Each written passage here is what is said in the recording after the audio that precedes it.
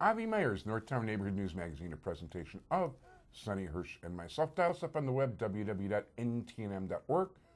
Community policing is alive and well, especially in the 24th District of Chicago. Sonny Hirsch, in his spare time, is the chairman of the District Advisory Committee of the 24th District. CAPS24.org is the website.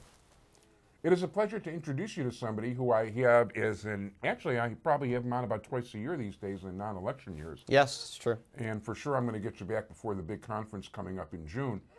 But somebody who actually started maybe 2 years ago, was it? Or whatever? About 2.5 years ago, Avi. Yeah, so anyway, this is Elliot Richardson. Elliot, always a pleasure. Always a pleasure. Thanks. So tell us about the origin of the, sounds like a Superman comic, of the Small Business Advisory Council. All right, well, so we started the Small Business Advocacy Council no problem at all. Everybody does that. About 2.5 years ago. It was really formed by a group of folks who were tired of politics on both sides, small business owners, mid-market business owners, that just wanted a group that will run the ball up the center of the field and sort of leave all the partisan bickering behind. We saw a couple of our buddies lose their lines of credit. Health insurance rates were just soaring. So we've gone from 0 to 650 businesses in the past year, past 2.5 years. We have a coalition of about 20,000 businesses, and the group does three things. We're laser focused on political advocacy that's nonpartisan, that helps small and mid-market businesses. We have about 60 strategic partners, and that concept is bring down the cost of doing business for all of our members by having this community that gives one another discounts. And then we have 2 or 3 events every day where we invite 25, 30 people to get together, talk about what's going on in business, and get to know one another. And there's everything from 18 banks in the SBAC to large investment companies, to office organizers, to everything in between. So it's really a wonderfully diverse group. No, it sounds great, and I know you're definitely, listen, I get all the emails and all the rest of it. There's a lot going on. Oh, and I want to thank Jessica for her help in, you can give her last name. Oh, Jessica Battelle. She's been with me for 5 years, so she's great. She's been great, and as a matter of fact, the guy, the person you had before too, Eric. Eric is great. So Eric got hired by somebody in the SBAC, a gentleman named Steve Jaffe, who's very, very involved, owns a really nice technology company. So He's doing well. Yeah. Yeah, no, but you always surround yourself with good people, which I think says a lot about you. Thank you, Avi. I appreciate that. My pleasure. So basically, you were talking about legislation. Let's talk legislation. Yeah. You know, our first 2 years, we were really focused on bringing a self-insured health insurance cooperative to Illinois, and that would allow small businesses and mid-market businesses to compete with the 4 large insurance companies that seem to unilaterally raise rates. And we drafted legislation, and it was passed, and now we actually have a self-insured cooperative where we can use patient-centered care and a whole bunch of other things. MCHC will be building that out, so we're excited that we were able to move the ball forward in that regard. This session, we've drafted 2 bills. One is HB 65, and that's an LLC bill. So right now, it costs 3 times as much to file as an LLC as a corporation in Illinois. $500 for an LLC, $150 for a corporation. If you want to register a name, it's $300 for an LLC, $50 for a corporation. If you want to close your business, it's $100 for an LLC, $5 for a corporation. Wow. Small businesses, if they could, would all be LLCs primarily because it gives you flexibility and it allows you to get investors. So we have drafted a bipartisan bill. I believe we have 7 Democratic co-sponsors right now, 3 Republican co-sponsors to reduce the costs associated with filing and operating an LLC down to the level that corporations in Illinois enjoy. So, I mean, there's no reason why small businesses should arbitrarily pay more money.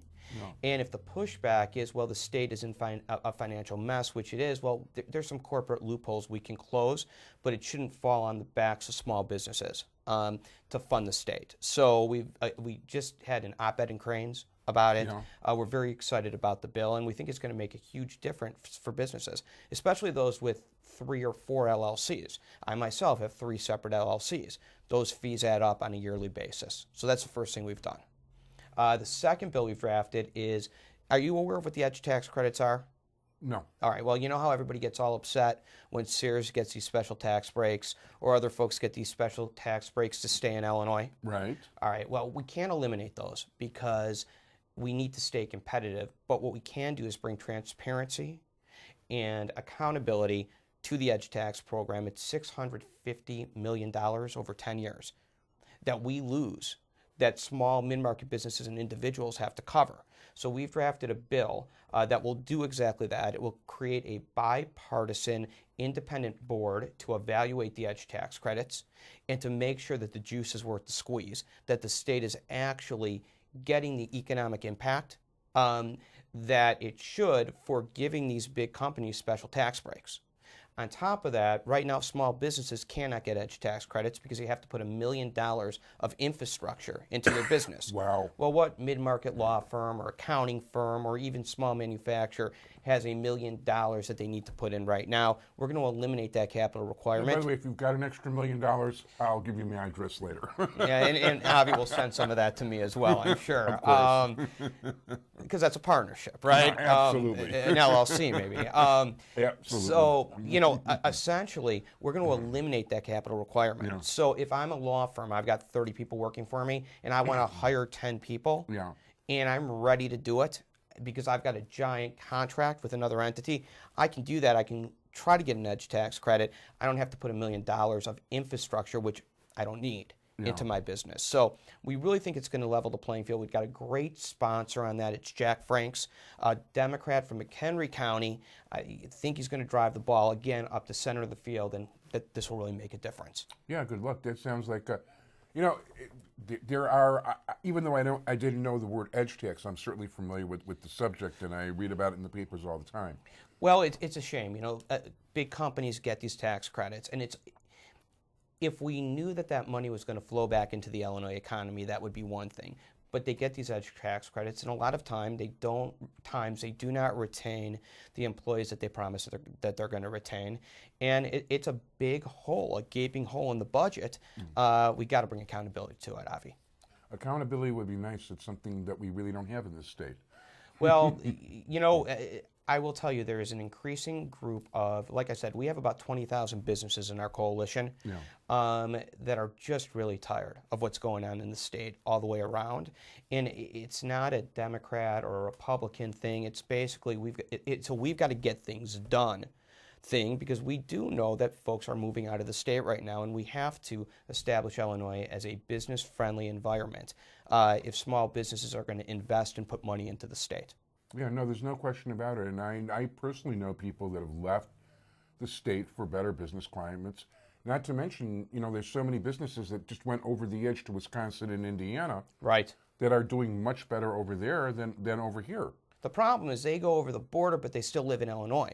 And it's our communities that are losing the money. You know, that's a big problem. Absolutely, absolutely. How are we doing time-wise? About 45 seconds. Okay. Well, I wanted to tell you about the Marketplace Fairness Act that we're pushing forward as well. Essentially, what that act will do is force large online retailers to pay a sales tax, which our local businesses have to pay already. So the Amazons of the world won't put our stores out of business. Which is happening, and that's one of the reasons all these empty storefronts. Yeah, it really is. So I just wanted to mention that that's a federal bill, again, a bipartisan bill. There's enough that we all agree on. I mean, when you talk to a small business owner and talk about health insurance, they're going to say the same thing, whether they're a Democrat or whether they're a Republican. So we're just going to keep pushing, Avi. That's our goal. No, that's for sure, and that's a very important. I like that very much, by the way. If people would like to contact you or the Small Business Advisory Council. Sure. Did I say that right? Advocacy. But again, everybody does it. It's sbacil.org. Yeah. Very cool. Elliot Richardson, founder of the SBAC. Thank you so much for gracing us. Thank you, Avi. All Take the care. Best. You too.